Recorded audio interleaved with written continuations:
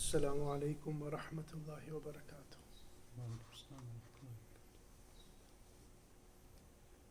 Today's lesson is quite interesting, as in the Sheikh Ibn Ata'ullah Iskandari, rahimahullah, he speaks about when a person has hopes and expectations of the creation and the harms of that. Alhamdulillah wa sallallahu ala nabiyil ummiyya. So the quotation for today is ما قادك شيء مثل الوهم ما قادك شيء مثل الوهم. And the next quotation, which is a continuation of this, is أنت حر مما أنت عنه آيس.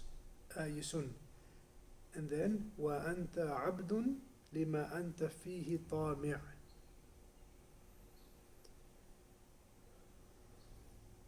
So there's nothing that drags a person like expectations and hopes, or the greed.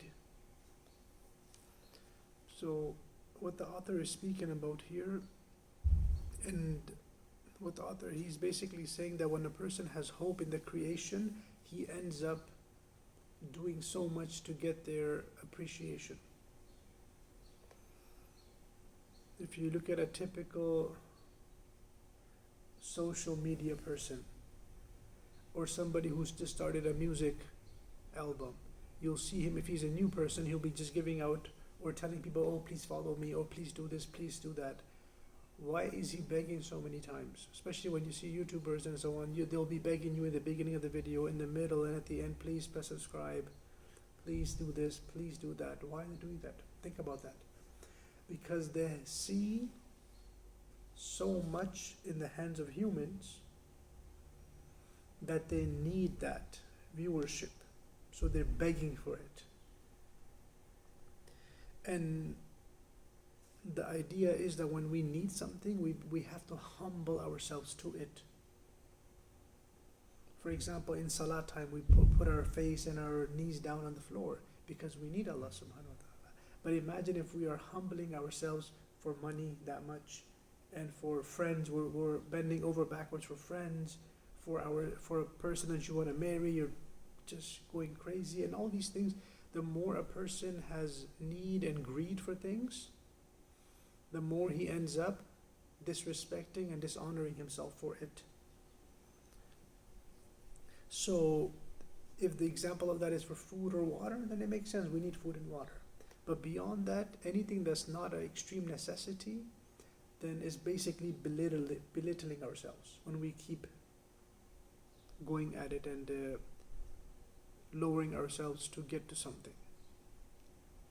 And usually between the power of money and the power of fame, they say the power of fame is more tricky, because the power of money, we realize after a little while, money doesn't have so much power except as much as fame. Fame has way more control and has more perks.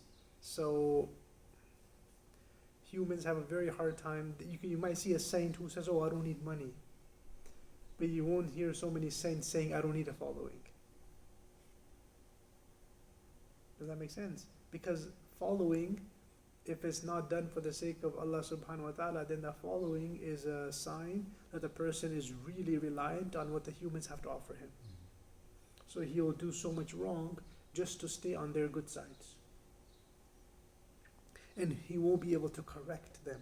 This is where the fine line, the red lines, or the lines are blurred, is when the guy is not even able to correct his crowd. Then that's a sign that he's too dependent on the crowd. So a Nabi, he wants people to follow him. But when they do wrong, he has the audacity and the power to correct them.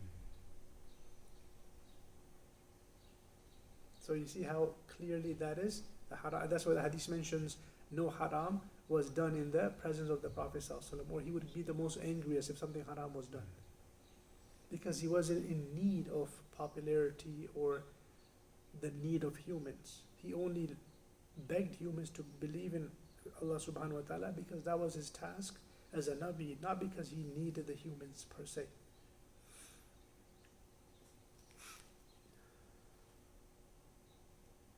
Otherwise, at the earliest stage, before even becoming a Nabi, there's a hadith that mentions, وَحُبِّبَ إِلَيَّ الْخَلَاء, and I fell in love with loneliness.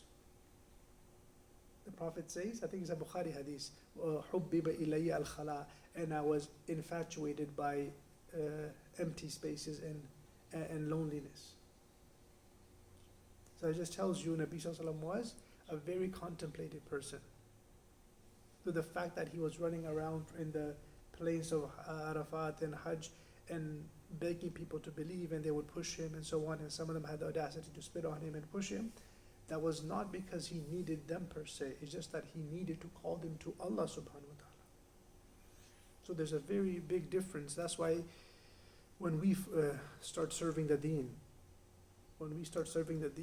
if our brains are always firing up with regards to how many people I can influence, how many people can follow me, then that means something is kind of wrong, because I kind of like the following, then that's not really me serving the religion anymore, it's me getting more popular. So it's a very bad sign. So may Allah protect us from it. So here the author is teaching us that these are, and generally, why would a person do this? Why would a person want to have the attraction or the people's company? Is because he has hope in them benefiting him. Naf'an, and then he mentions, or daf'u darrin, right? Because we feel like humans have so much control to benefit us, or they have so much power to harm us. So this is where the famous hadith comes in of Ibn Abbas, where Nabi Sallallahu Alaihi Wasallam taught him basically life's whole lesson on tawakkul, and he told him that if all of mankind was to get together to benefit you, they will not be able to benefit you except the amount that Allah had destined for you to be benefited. And if all of mankind was to get together to harm you, they will only be able to harm you to the amount that Allah has predestined before. So once we get this very deep understanding that whatever benefit I will get out of humans, or whatever harm will come to me through humans, it will be only because Allah had allowed it. And once that happens, it's a very strange switch in your mind, because suddenly you realize, okay, so these are just hopeless people, they can't do much for me. And that's why Nabi Sallallahu Alaihi Wasallam would tell even his daughter Fatima radiallahu anha, that, oh my daughter, ask me whatever you want in this life, but I will never be able to help you in front of Allah subhanahu wa ta'ala. So imagine the greatest of the prophets saying, I cannot help you on the day of judgment, is everybody for themselves. So imagine the greatest helper, the Prophet says, I still can't help you on the day of judgment, I have no power in front of Allah. So this is the kind of things the author is talking about.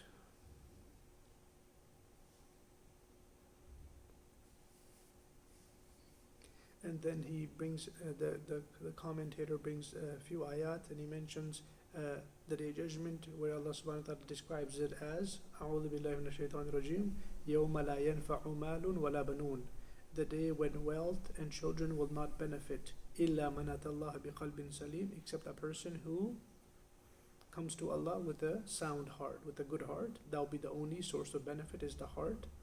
Our biggest basically asset is the heart, not outward accumulations of wealth. And then he has another ayat which is very thought-provoking. It mentions وَلَقَدْ جِئْتُمُونَا فُرَادًا كَمَا خَلَقْنَاكُمْ أَوَّلَ مَرَّةٍ, you have come to us all alone, just the way we had created you the first time.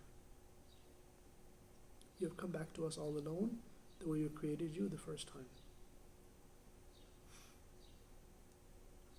And sometimes these mystical books, they go very deep into ayat and try to take a secondary meaning out of the ayat. Because the hadith mentions every ayat has an outward meaning and an inward meaning. Every ayat has an outer meaning and an inward meaning. So the author tries that here with this ayat in Surah Wad-Duha, where Allah subhanahu wa ta'ala tells Nabi sallallahu alayhi wa sallam, Alam yajidka yatiman fa'awa, didn't we find you as an orphan, and then we give you refuge. So he takes a deeper meaning and says, as long as you don't become an orphan, then he won't give you refuge.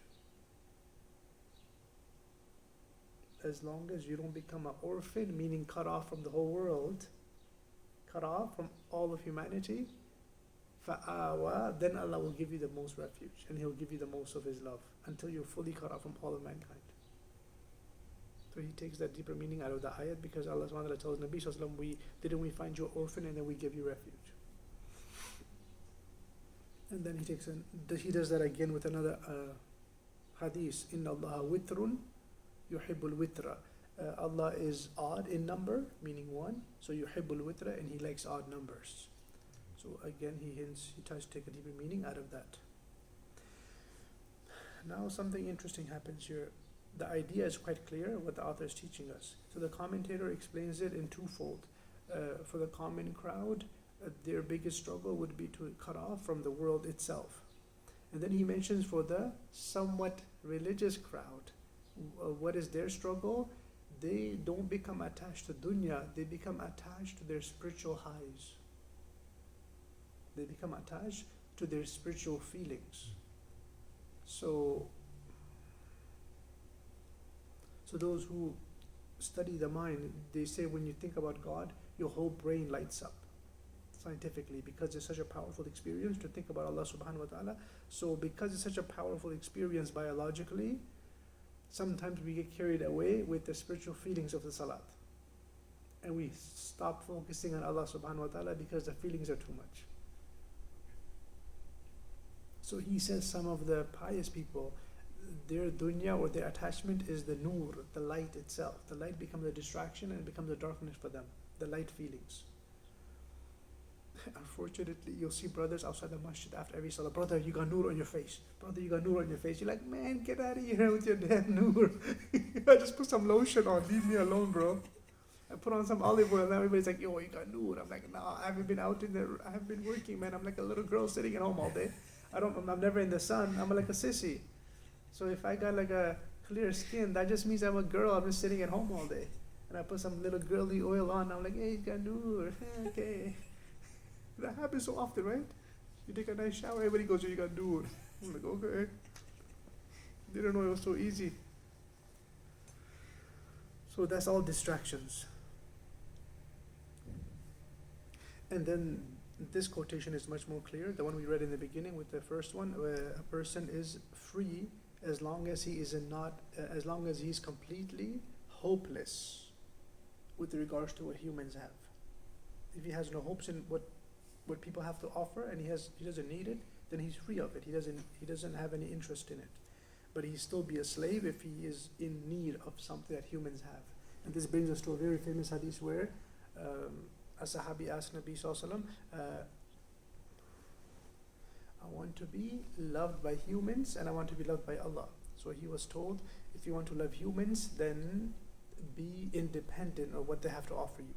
Don't be in need of what they have in their hands. Because normally if you look at somebody's car or somebody's watch, they get uneasy. But if you don't ever look at their car or their watch, then they're more free to talk to you. And then same thing with I think with Allah subhanahu wa ta'ala, He says if you want to be loved by Allah, then don't look at dunya so greedily. Because Allah subhanahu wa ta'ala created dunya. So when we become overly distracted by the dunya, that means we got distracted in the creation, we got lost from the Creator. We got lost from the Creator because the creation attracted us too much.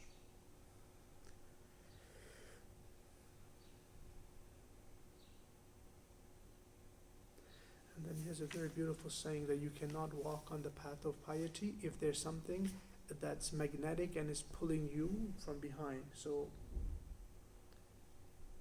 as long as something has a very magnetic feeling or attachment on us, then we can't really focus. Imagine if somebody's into cars and every time he walks to the mosque, he sees a fancy car in the parking lot. Like he's not going to focus, his mind is stuck on the poor car in the parking lot. Or there's a cute sister outside, like his brain is stuck on the girl. How is he going to worship Allah now? Because the magnet behind is more powerful than the magnet in the front. So is he going to focus? No, because he's stuck on the girl or the car out there. So initially it's quite depressing to read all these things because we're like, no man, but that's natural attraction. That's natural attraction to dunya, to the opposite gender, and so on. But all these things take a bit of thought, a bit of contemplation, a bit of separation, as in, at the end of the day, no matter who you fall in love with, you're going to have to leave them one day, because we're going to go to the akhirat. So, looking at all that, a person kind of gets some sense of freedom from dunya. So, one sheikh, he had this amazing habit. Every time he would wear new clothes, because he was afraid he might get attached to the clothes, or he might have pride in his clothes, the first comment he will make after wearing new clothes is, oh, even a kafan, or the burial shroud, is a new cloth, right, usually, and it's white, right? And they'll be like, yeah, he's like, okay. Because he was afraid his mind might attach to the jubba that he's wearing, so he will say, oh yeah, the coffin cloth is also white, right? So right away his brain will be detached from his clothing, because he's so afraid, or he's so focused on akhirat, he's thinking about the white cloth that he'll be wrapped in it hereafter by the time he dies. So these are all these tricks that the saints would use to not be distracted by dunya.